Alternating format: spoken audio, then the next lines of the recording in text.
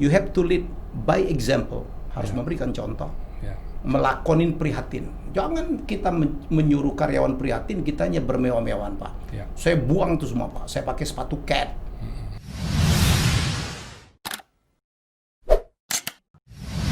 Jadi Mas Helmi selain PT Triwarsana tadi juga dirikan perusahaan-perusahaan lain setelah itu? Oh, banyak banget, Pak. Dan sebagian besar ketipu, Pak. Aku nambang batu bara ketipu 3 miliar aja pernah, Pak. Masuk bidang-bidang yang Mas Helmi tidak ngerti? Tidak ngerti. Saya masuk properti agak ngerti lah. Karena saya dulu kan gara-gara sering dipakai MC properti, saya belajar dari Sumarekon, belajar dari mana-mana, saya ngerti banyak gitu. Saya pernah punya broker properti, saya punya IO, Pak. IO-nya jalan. IO saya cukup besar, Pak. Saya lah yang IO opening closing SEA Games yang di Palembang. Opening closing PON 2 kali, Pak. Gede. 2 itu, Pak. Restoran tidak pernah berhasil, Pak. Karena restoran itu kan harus ditungguin toh, Pak. Melek sedikit dibohongin orang kan, Pak. Persaingannya juga sangat ketat. Bukan itu aja, Pak. Saya sesibuk ini tidak mungkin, Pak. Nungguin dia beli dagingnya berapa gitu kan. Dia storage-nya gimana gitu. Tapi kalau pada saat itu yang sangat menyakitkan itu kegagalan investasi apa, Mas Helmi? Saya nggak perlu sebut investasinya. Kegagalan karena ditipu, dikerjain oleh teman terbaik sendiri sama saudara sendiri. Itu di bidang yang juga tidak dimengerti. Ada yang saya mengerti, saya meleng dikit kelar, Pak. Ada yang teman saya nggak nipu saya, tapi dia ditipu oleh orang lain gitu. Kan ikut ketipu. Itu yang membuat saya makin matang dalam berbisnis. Sekarang Pak, saya kan banyak, hampir setiap bulan saya dapat PT baru, Pak. Dikasih saham saham bonus lah. Saya jadi komisaris, jadi advisor ya. Saya bilang umur saya 57, saya udah nggak invest lagi. Udah. Saya mau panennya kapan lah, Pak? Apalagi yang invest Bapak juga gitu kan. Yang panjang gitu 5 tahun baru panen, ada. Saya bilang Anda butuh saya juga bukan karena uang saya lah. Kalau mereka minta uang ke Pak Hermanto aja gitu. Mereka butuh saya skillnya kali ya. Kemudian networknya gitu-gitu aja, Pak. Itu yang saya jual. Jadi ini penting sekali nih Sobat Sukses ya. Jadi kalau memang ada opportunity bisnis, yang paling utama harus benar-benar mengerti karakter dari kita punya partner, calon partner itu siapa. Itu paling penting supaya kalau kita sudah benar-benar percaya, nih, wah saya percaya tuh kalau bisa saling berkolaborasi, saling melengkapi, akan menjadi bisnis yang sukses. Meskipun harus melalui proses yang panjang, terutama kalau memang mimpinya itu mimpi besar ya, semakin prosesnya semakin panjang gitu ya. Betul. Jadi karakter itu memang paling utama. Saya pengalaman, Pak, mungkin saya seumur hidup saya mungkin sudah mendirikan hampir 30-40 perusahaan ya. Sebagian besar gagal. Sebagian besar gagal. Saya sekarang mungkin perusahaan saya tinggal berapa belas gitu. Banyak perusahaan baru yang justru bertumbuh saat pandemi ini, Pak. Tapi kita udah dapat polanya, Pak. Saya udah dapat polanya. Saya belajar banget bahwa dalam berbisnis itu mencari, kan ada 3 kegagalan bisnis itu, Pak. 1, tidak paham dengan diri sendiri, karena belum tentu semua orang punya apa, Pak ya, punya skill atau punya passion untuk berbisnis. Kakakku, Pak, Mas Tanto, nggak bisa bisnis, Pak. Orang kayak dia dipaksa bisnis nggak bisa, Pak. Ada orang kayak gitu. Ada orang yang memang born to be sebagai eksekutif gitu ya. Ada orang jago, yang Bapak kan ngalamin kan, udah jago banget, suruh jadi CEO jago. Dia bikin sendiri belum tentu, Pak. Betul. Nah, jadi ada kegagalan kedua kan karena kita salah memilih bisnisnya. Tadi Bapak udah ngomong lah, ya kan? Bisnis itu harus yang passionnya di situ, dan nomor 1 harus knowledge kita ada tuh. Kita nggak punya knowledge, Pak. Punya knowledge aja bisa ketipu, Pak. Apalagi nggak punya knowledge. Nomor 3, kesalahan paling besar itu adalah kesalahan dalam memilih partner. It's not easy. Itu yang saya tulis di buku saya, Pak. Bisnis Primbon itu. Mau saudara kandung kayak, mau saudara teman sepermainan kayak, mau istri sekalipun, our spouse belum tentu bisa menjadi partner bisnis yang cocok. Jadi nah kayak saya dengan Siobok lucu tuh, Pak. Agama beda, tinggi beda, profesi beda. He was my business soulmate.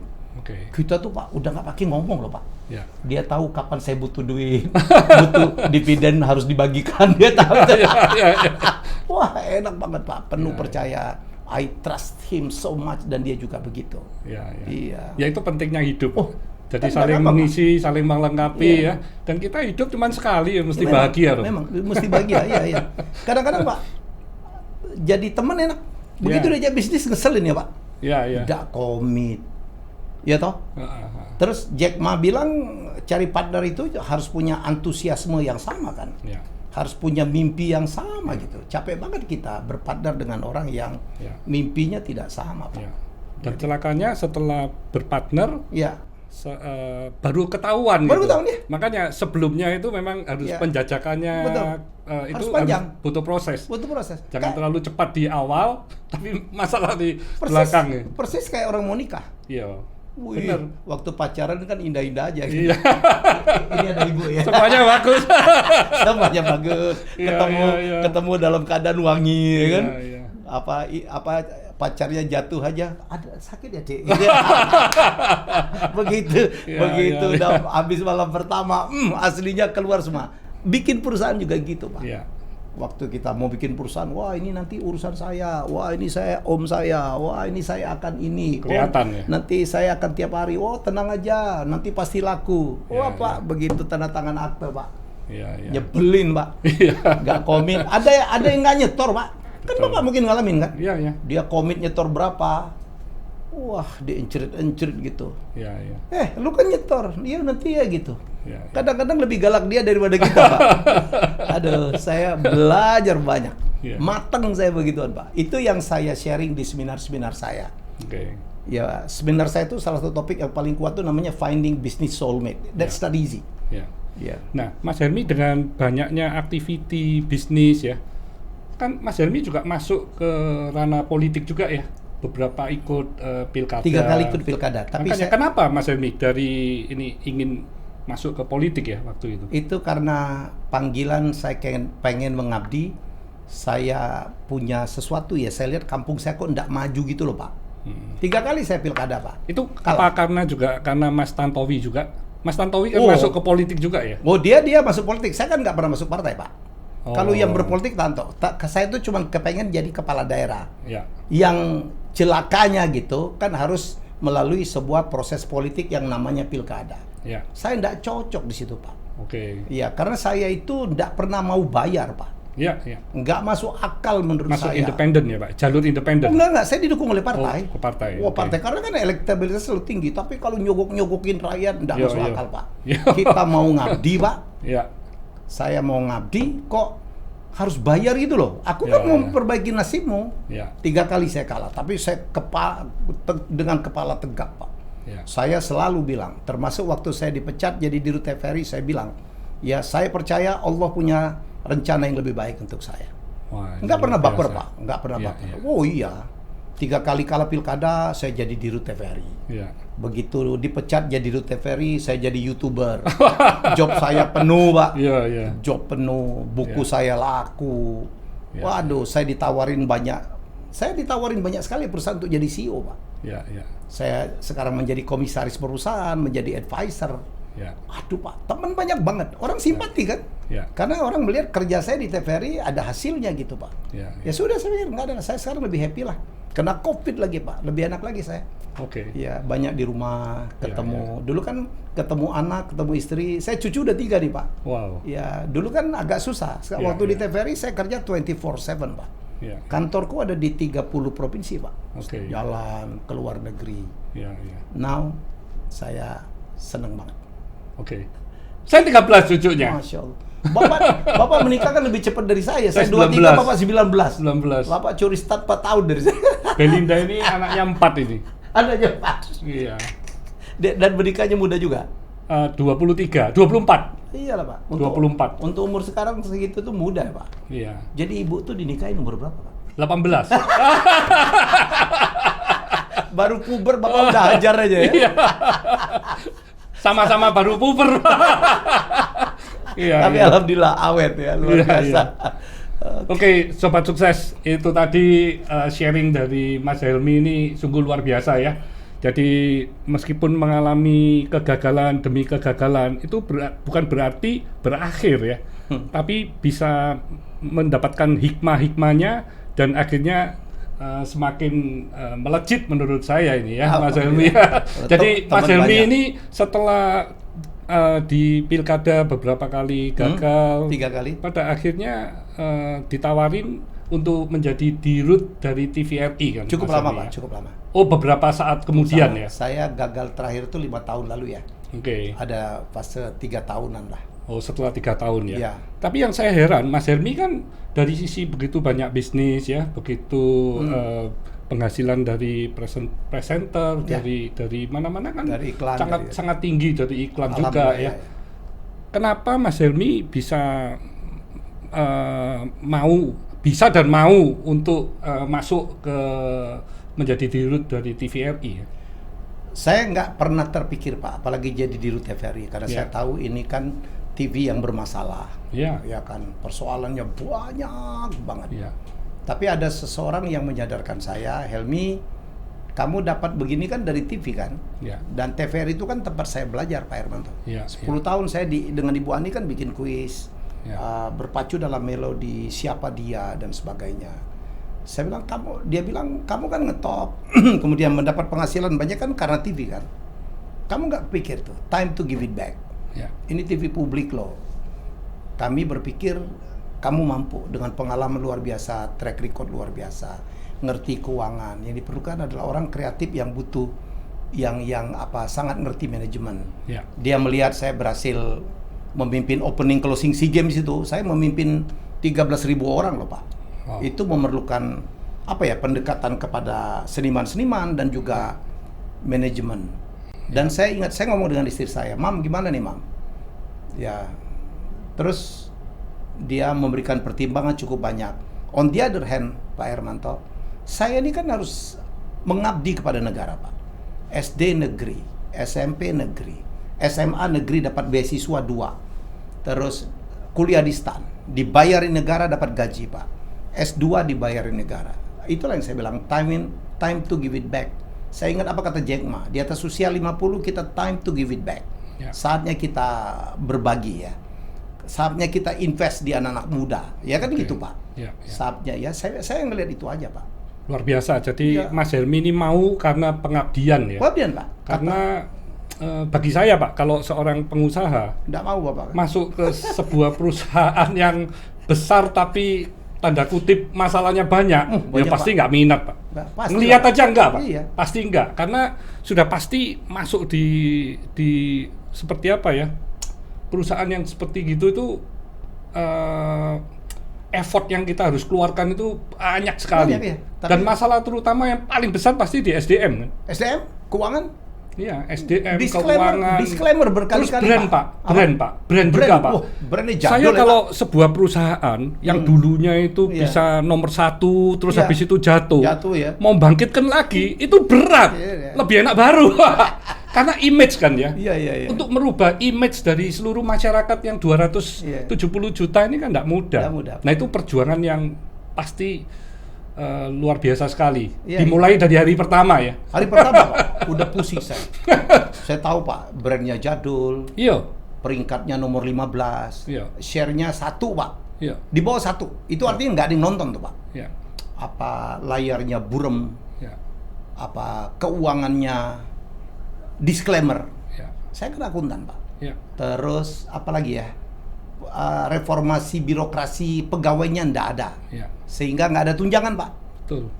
Wah gila Pak. Itu setengah mati itu Pak. Dan penonton udah nggak menonton. Tapi Pak, saya Pak waktu dilantik Pak, tiba-tiba Pak Hendro Priyono datang. Wah Pak almarhum Subrata pulang dari Perth. Wah mereka menyambut saya.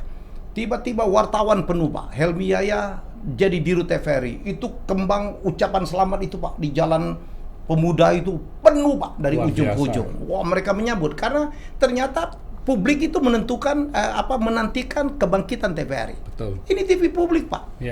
Yang kita sia-siakan, termasuk pemerintah saya pikir tidak punya perhatian. Budget kok Pak nggak sampai 1 triliun. Sementara TV swasta yang punya teman Bapak itu 3 kali lipat, 4 kali lipat. Pegawai mereka nggak sampai 1.000, saya 4.800 Pak. Luar biasa.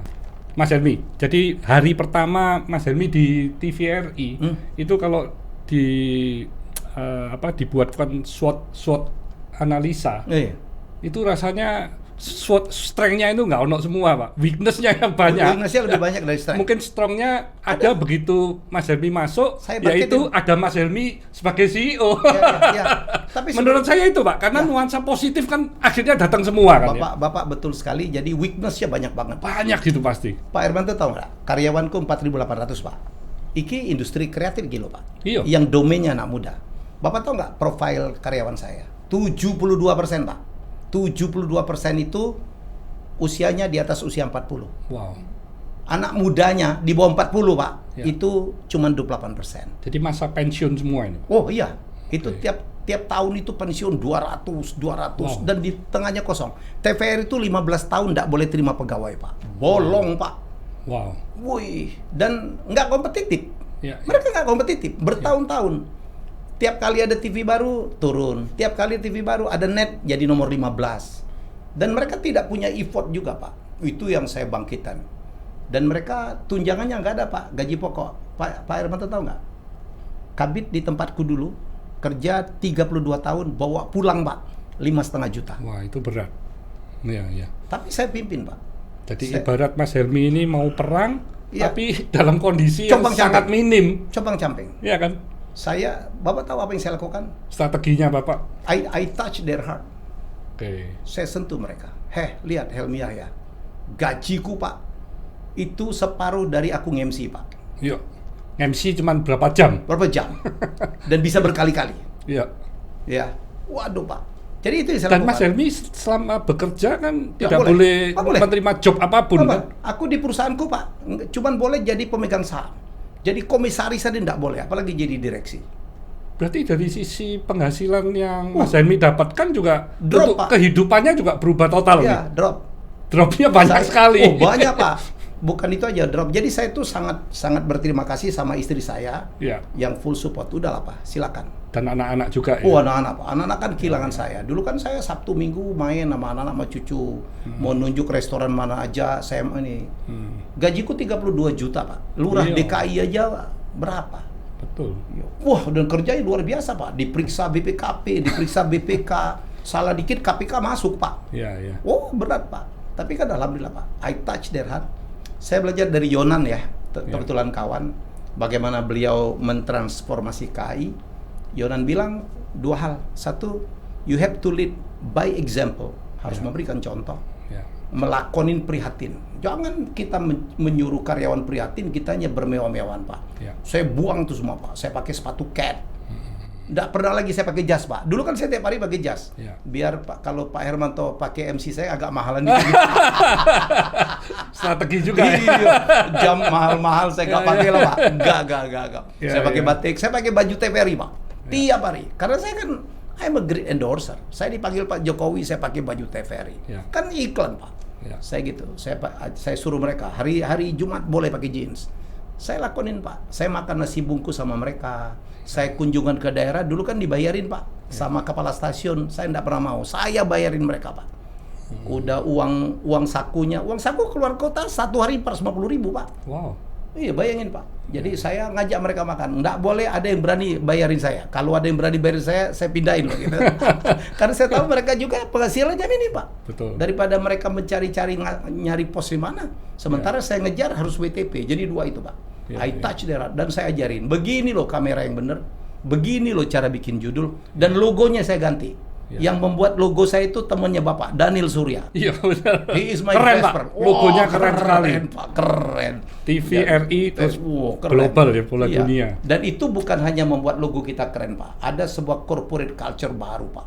Mereka bangga banget jadi karyawan TVRI. Seragamnya tak ganti, Pak. Sebelum saya 4 tahun tidak pernah ganti, Pak. Lusuh.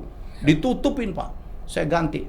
Saya bilang saya niru Tama. Tama tiap kali dia mimpin TV. Dulu di Trans TV, di net itu pakainya keren, kayak militer. Saya ganti TVRI kayak gitu, Pak. Tiba-tiba ada kebangkitan. Program kita, karena hatinya udah menang, Pak, mereka kerjanya luar biasa. Saya pernah mimpin mereka sampai jam 2 pagi, Pak. Saya ajak meeting. Ayo, saya bilang. Dan kita, dan nomor 2, itu yang saya pakai dari Yonan. leader has to be seen, bahwa pemimpin harus terlihat.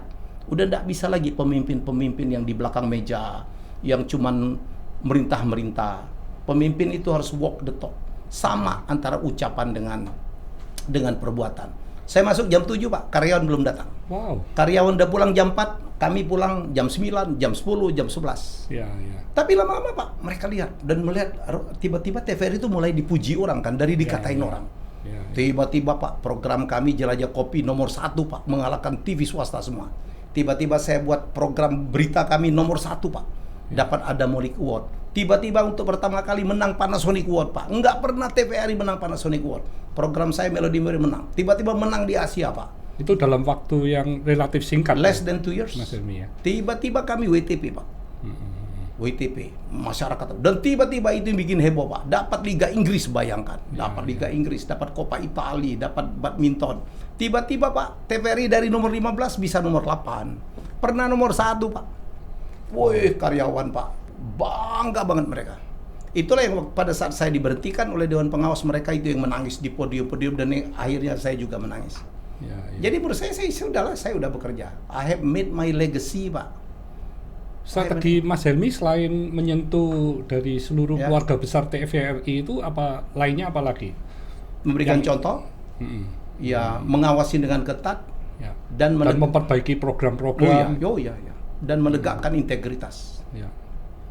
Peralatan juga. Peralatan Pak. Sebelum saya masuk Pak, TVRI itu Pak Hermanto tahu nggak? Di blacklist masuk istana Pak. Wow. Kenapa? Kan ini TV pemerintah TV punya. Pemerintah, TV negara. Iya.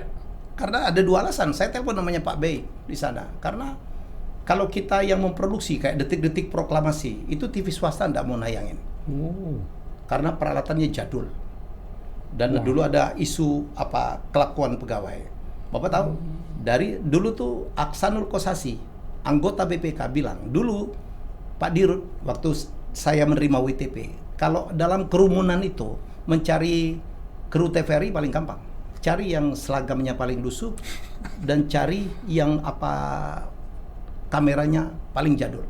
Wah, nyedihkan ya. Dalam 2 tahun Pak, saya balik itu semua. Ya, logo kami paling keren, seragam kami keren banget. Peralatan TVRI pada saat saya tinggal adalah paling canggih di Republik ini. Ya. Saya tinggalkan dengan puluhan kamera 4K. Ya. Dan dipercaya oleh istana, detik-detik proklamasi diproduksi oleh TVRI. Sejak itu Pak, seluruh kegiatan kenegaraan, ya pemakaman Pak Habibie, Ibu Ani, ya itu semuanya diproduksi oleh TVRI. Ya. Dengan kualitas yang sangat bening dan digital. Ya. Padahal anggaran saya tidak banyak ditambah loh Pak. Ya. Jadi saya memang percaya sekali ya Mas Helmy dengan pengalaman yang demikian banyak, terutama di dunia TVRI ya, bisa memimpin TVRI yang dalam kondisi sangat menyedihkan bisa terus meningkat, bangkit. Karena Mas Helmy ini adalah salah satu storytelling yang luar biasa yang bisa membangkitkan semangat. Kalau itu semangatnya Pak, asalnya dari cuma 230 jadi 100 semua itu kan hebat itu. Saya bukan apa-apa, saya menjadi motivator Pak. Iya. Saya itu melakukan tuh Pak, menjadi jualan ikut, mempromosikan paling depan, medsosnya saya melakukan sendiri, dan saya jadi motivator Pak. Saya kan studio kita di Majen Sungkono toh, yang di samping Shangri-La. Bapak tahu nggak? Pak Hermanto, tadi kita ngomong weakness-nya banyak, strength kita gila loh Pak. Tidak ada TV, tidak ada perusahaan barangkali yang propertinya demikian hebat. Bapak kan orang properti. Pak, siapa sih yang punya 4,5 hektar di sana ya? Wow. Dan jadi strength-nya juga. Dan saya orang properti Pak. Iya. Teman-teman dari Alam Sutra semua datang Pak, dari Harvest Land ngajak kerjasama. Itu yang saya banyak sekali dihalang untuk diwujudkan. Pak, di Surabaya ini, kalau itu kan punya Pemkot tuh. Yang di Majen Sukono. Iya, kami itu punya kalau nggak salah Duku Pakis atau apa ya? 9,5 hektar loh Pak. Wah. Loh, Bapak kali aja loh Pak. Iya. Jogja 3,5 hektar Jalan Raya Magelang. Iya. Di Medan 1,5 hektar Pak, di dekat JW Marriott. Saya orang properti Pak. Saya jadi bilang, capitalnya luar biasa meningkatnya. Saya ingat betul, saya bilang kita punya IP, intellectual property right-nya luar biasa, punya unyil, punya macam-macam tuh Pak. Saya pidato Pak. Menara juga paling banyak ya Pak? Iya, 350. Swasta itu enggak sampai 56 Pak. Saya bilang sama teman-teman iklan, Anda rugi loh nggak masang di TVRI. Udah rate-nya cuma 2 juta. Di TV swasta ada yang 60 juta, 70 juta. Prime time 2 juta, Pak, karena aturan negara. Anda nggak masuk di TVRI. Wah, nggak ada yang nonton. Siapa bilang? Saya taruh di Liga Inggris kita bisa nomor 8, Pak. Ya. Saya dapat timnas nomor 1, Pak. Sejak itu, wah, guncang, Pak. Guncang dunia televisi, Pak. Saya di Surabaya, Pak, di TV, di Majen Sungkono. Saya pidato, Pak. Saya nunjuk begini dan itu dijadikan quote. Saya bilang, ya, karyawan-karyawanku yang sangat saya cintai, TVRI ini tidak pantas dihina. Ya. Wah, itu menjadi quote yang luar biasa. Mereka taruh di mana-mana, Pak, dengan wajah saya gitu. Ya. Wah, itu membakar semangat mereka, Pak. Benar. Saya disambut di mana-mana. Mereka bangga juga, wah, dirutnya selebriti gitu, Pak. Diajak foto. Dan bukan hanya selebriti, Bapak kan isinya luar biasa. Enggak ada selebriti. Julukan yang lain kan ensiklopedia berjalan. Itu yang hebat, Pak. Pengetahuan Bapak luar biasa. Jadi mau podcast sama siapa aja nyambung. Jadi kalau saya bisa mendapatkan seorang CEO seperti Mas Helmi gini, selesai, saya sudah punya satu bisnis unit lagi itu. Tidurnya tenang, tidurnya pasti tenang. Kalau harga cocok masih open, Pak. Oh gitu ya? Wah, ini bisa tanda tangan ya.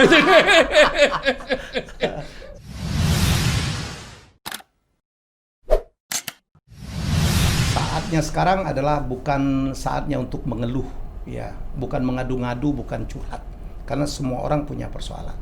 Ya, jadi sekarang kita harus bangkit. Ya, jadi nggak semuanya juga rebahan gitu. Jadi ada bisnis juga bertumbuh. Nah, untuk yang sekarang mendadak punya waktu gitu, karena work from home, karena learn from home, salah satu yang harus dimanfaatkan itu adalah sekaranglah saatnya untuk belajar.